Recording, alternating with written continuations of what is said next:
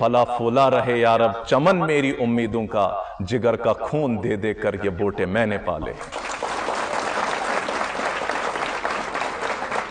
हमारे असलाफ का वाक़ा है, तो इससे आपको जिंदगी में एक डायरेक्शन मिलेगी। कायरा एक शहर का नाम है जो कहां पर है? मिस्र में। Very good, excellent. तो वहां पर एक छोटा सा गांव है, उसका नाम गजाला है। क्या नाम है उस गांव का? किस शहर में है? इजिप्ट में है। ठीक। तो उस शहर में, उस शहर का जो एक बादशाह था या एडमिनिस्ट्रेटर आप कहीं आज की लैंग्वेज में, उस एडमिनिस्ट्रेटर के बच्चे को एक उस्ताद पढ़ाने आता था रोज।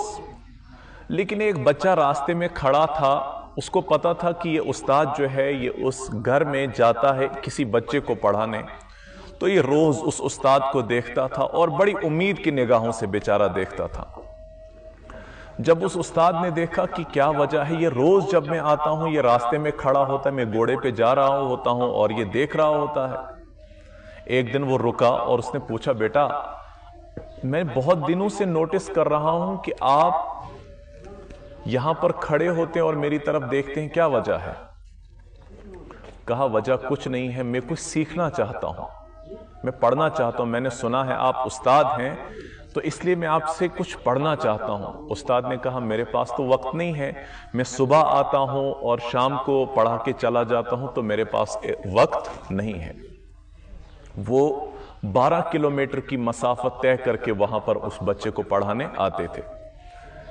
तो उस बच्चे ने कहा तो फिर मैं एक काम करूंगा, जब आप पढ़ाकर खत्म किया करेंगे तो मैं आपके साथ आया करूंगा, आपके घर तक आप घोड़े पर चला करें और मैं आपके साथ चला करूंगा और मैं आपसे सवाल पूछा करूंगा, आप मुझसे जवाब दिया करें, तो मैं ऐसे ही सीखूंगा। मुझे आप एक्स्ट्रा टाइम मत दीजिए, आपके सफर के दौरान मैं पढ़ूंगा। और मुसलसल 6 साल तक ये बच्चा ऐसा ही करता रहा, उस उस्ताद के साथ जाता रहा, आता रहा, वो घोड़े पर और ये पैदल 12 किलोमीटर का सफर। वक्त गुजरता गया, ये बच्चा परवान चढ़ता गया और इसकी ये मेहनत, इसकी ये चाह तालीम हासिल करने की, इसकी चाह ने इसको अल्लामा गजाली बना दिया। ये वो बच्चा जो इंतजार करता था, इसे आज की डेट में आप अल्लामा गजाली कहते हैं कि हजारों किताबों के मुसन्निफ। इल्म किताबों से नहीं आता, ये चाह से आता है, आपकी तड़प से और आपकी प्यास से आता है। जिस इंसान के अंदर जितनी ज्यादा प्यास होती है वो इतना ही ज्यादा इल्म के मैदान में तरक्की करता है। लेकिन जिसके अंदर ये चाह नहीं होती, उसके अंदर उसको कितनी ही किताबें मयसर क्यों ना हो, लेकिन वो उन किताबों से कुछ भी हासिल नहीं कर पाता है। तो ये आपके ये जो सवाल न पूछने की वजह से मुझे ये वाक़ा याद आया कि आपके अंदर वो क्वेस्ट होनी चाहिए, वो प्यास होनी चाहिए कि हम इस टाइम को, जो आपने टाइम यहां पर दिया, ये इतनी कीमती चीज है कि इसको आप वापस लौटा नहीं सकते, है कि नहीं? तो आपको बोला भी गया होगा वक्त की कीमत के बारे में। इमाम शाफई रहमतुल्लाहि अलैह ने, इमाम राजी ने ये कोट किया है अपनी तफसीर में। वो कहते हैं कि मुझे इस वक्त की कीमत उस बर्फ फरोश से समझ आई जो बर्फ बेचने वाला है, जो ये आवाजें लगा रहा था, आ जाओ मेरी ये बर्फ खरीदो कि मेरा असासा लुटा जा रहा है। तो यही हमारी जिंदगी का हाल है। हमने अपनी जिंदगियों में, आप सब जो लोग मेरे सामने बैठे हो, आपकी जिंदगियों से आपका बचपन चला गया, आपके बचपन का जनाजा निकल गया, अब ये बचपन वापस नहीं लौट सकता। और कुछ ही वक्त के बाद जिन जवानी की दहलीज पर आपने कदम रखा है, कुछ वक्त के बाद ये जवानी भी आपको रुखसत हो जाएगी। उसके बाद आप अधेड़पन में आ जाएंगे, उसके बाद बुढ़ापे में आ जाएंगे, उसके बाद हमने इस दुनिया को छोड़कर अल्लाह ताला से मुलाकात करने जाना है। तो जिंदगी ही एक चीज ऐसी है जो बढ़ने के साथ कम हो जाती है। हर गुजरते दिन के साथ हम अपनी जिंदगी से दूर और अपनी मौत के हम करीब हो रहे हैं।